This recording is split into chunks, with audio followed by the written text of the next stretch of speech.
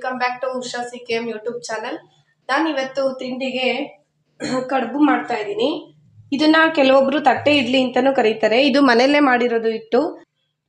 ನಿನ್ನೆ ಮಧ್ಯಾಹ್ನ ಅಕ್ಕಿ ಮತ್ತೆ ಉದ್ದಿನಬೇಳೆನ ನೆನೆಸಿಟ್ಟಿದ್ದೆ. ಅದಾದ್ಮೇಲೆ ಸಂಜೆ ಸ್ವಲ್ಪ ರೈಸ್ನ ಮಿಕ್ಸ್ ಮಾಡಿ ಇದನ್ನ ಮಿಕ್ಸಿ ಮಾಡಿರೋ ಎಲ್ಲ ತರ ಕಾಳನ್ನು ನೆನೆಸಿಟ್ಟಿದ್ದೆ. ಇದ್ರ ಜೊತೆ ಸ್ವಲ್ಪ ತರಕಾರಿನ ಹಾಕ್ಬಿಟ್ಟು ಪಲ್ಯ ಮಾಡ್ತೀನಿ.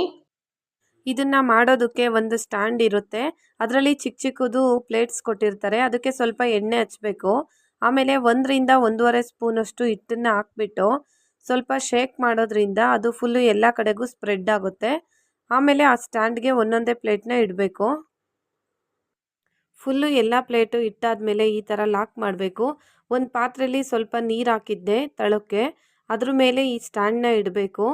ಅದಾದ್ಮೇಲೆ ಅದ್ರದ್ದು ಲಿಡ್ನ ಕ್ಲೋಸ್ ಮಾಡಿ ಮಿನಿಮಮ್ 10 ಮಿನಿಟ್ಸು ಹಾಗೇನೆ ಬೇಯೋದಕ್ಕೆ ಬಿಡಬೇಕು. ಇವಾಗ 10 ನಿಮಿಷ ಆಯ್ತು ಆಲ್ರೆಡಿ. ಇದನ್ನ ತೆಗಿತಾ ಇದ್ದೀನಿ. ಇದನ್ನ ಒಂದು 5 ಮಿನಿಟ್ಸ್ ಇಲ್ಲ ಒಂದು 3 ಮಿನಿಟ್ಸ್ ಆರೋದಕ್ಕೆ ಬಿಡಬೇಕು. ಬಿಟ್ಮೇಲೆ ಅದನ್ನ ಈಸಿಯಾಗಿ ರಿಮೂವ್ ಮಾಡ್ಬೋದು. ನೋಡಿ ಈ ಥರ ಬಂದಿದೆ ಇವಾಗ. ಈ ಕಡುಬಿನ ಜೊತೆಗೆ ಪಲ್ಯ ಮಾಡಿ ಚಟ್ನಿ ಮಾಡಿದ್ದೆ. ಇದನ್ನು ತಿನ್ಕೊಂಡು ನಾನು ಡ್ಯೂಟಿಗೆ ಹೊರಟೆ.